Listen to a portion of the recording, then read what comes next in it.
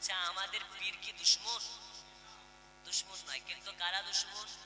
ভণ্ড যারা, ঠিক না বেঠিক? যারা ব্যবসায়ী। আমি বলি যারা ভণ্ড হয় তারা পীর নয়, আর যারা পীর হয় তারা ভণ্ড নয়। কিন্তু ভণ্ড যারা, তারা পীরের লেবাস ধারণ করে। আপনাদের বর্ধমানের একটা মৌলবি, নাম হচ্ছে ডাবচোর জি, এর নাম ইয়াসিন নেওয়া চলবে না, কারণ ইয়াসিন নাম খুব পবিত্র নাম। এ হচ্ছে গোপাল ভাঁড়ের মতন মোটা গো। এই যে কি খেয়ে মোটা হলো এত, আমি আগে ভাবতাম। তো ও নিজে একটা ভিডিওতে বলছে আমি যখন গুজরাটে না কোথায় ছিলাম খুব পাঠার মাংস খেয়েছি। আর রুচি কি বুঝতে পারছেন? যে পাঠার মাংস খাওয়া একটা, ও বিরিয়ানির খুশবু তো ওর কাছে অরুচি মনেই হবে, ঠিক না?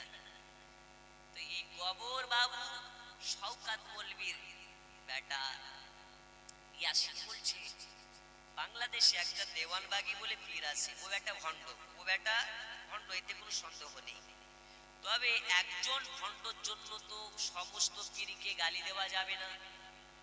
ওকে জিজ্ঞেস করা হচ্ছে যে হুজুর মাজার ভাঙা প্রসঙ্গে কিছু বলেন। বাংলাদেশে শেখ হাসিনা পালিয়ে আসার পরে অনেক মাজার ভাঙছে, ওরা কারা? ওরা হচ্ছে বাতিল। ওরা কারা? ওরা হচ্ছে বাংলাদেশের আতঙ্কবাদী দল ইসলাম জামাত ইসলাম। মাজার ভাঙা প্রসঙ্গে কিছু বলুন। তো সে বলেছে যারা এই মাজার গুলো ভাঙছে আল্লাহ তাদেরকে শহীদের মর্যাদা দিবে। কিসের মর্যাদা? তা আমি এর জবাব দিয়ে দিয়েছি অলরেডি। ইয়াসিন বলেছে যারা মাজার ভাঙছে তাদেরকে আল্লাহ শহীদের মর্যাদা দেবে। আর আমি আবু তাহির আজকে ওর বর্ধমানে এসে, বর্ধমানের ডিস্ট্রিক্টে এসে, ওর বাড়ির পাশে এসে চ্যালেঞ্জ দিয়ে যাচ্ছি, যদি তাদেরকে জান্নাত দেওয়া হয়, আজ তোমাকে চ্যালেঞ্জের সহিত বলে যাচ্ছি আল্লাহ তোমাকে আবু জাহেলের সঙ্গে জাহান্নামে দেবে। কার সঙ্গে? ইয়াসিনের বাড়ির এলাকার তো আপনারা নাকি, এই তো পাশে। আজকে এখান থেকে ওকে চ্যালেঞ্জ দিচ্ছি, তোকে আবু জাহেলের সঙ্গে জাহান্নামে দেবে। কার সঙ্গে? আরো জোরে। যদি মাজার ভাঙার কারণে শহীদের মর্যাদা পাওয়া যায়, তো তুই এই কথা বলার কারণে তোকে আল্লাহ আবু জাহেলের সঙ্গে জাহান্নামে দেবে। এখন অনেক মূর্খ বলবে হুজুর এর কোনো দলিল আছে? বলে দলিল আছে। তো তোর হুজুরকে আগে দলিল দিতে বল। তোর হুজুর যদি দলিল দেয় আমিও দলিল দেব, ঠিক না বেঠিক? আর জোরে ঠিক না বেঠিক? আমরা ডাব চোরের পক্ষে নয়, আমরা কাদের পক্ষে? সুন্নিয়াদের পক্ষে। জোরে বলুন কার পক্ষে? ই কোনোদিন মাদ্রাসার মুখ দেখেনি, এখন বোধহয় বাপের নাম ভাঙিয়ে মাদ্রাসার আসা যাওয়াটা করে, কিন্তু কিতাব কোনোদিন পড়াতে পারে না।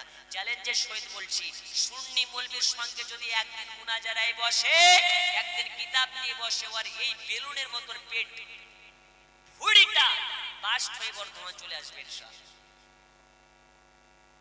अरे सुन्नी है हम, जान देने से नहीं डरते, शर रही या ना रही कुछ परवाह नहीं करते। কারণ একটাই, আমরা নবীওয়ালা, মুস্তাফা দিওয়ানা। যারা নবীর দিওয়ানা এরা জীবন যৌবন সব নবীর কদমে কুরবান করে দেয়। জোরে বলুন। আগে যাব না, আমরা সুন্নিয়াতের জন্য লড়বো, বলুন ইনশাআল্লাহ।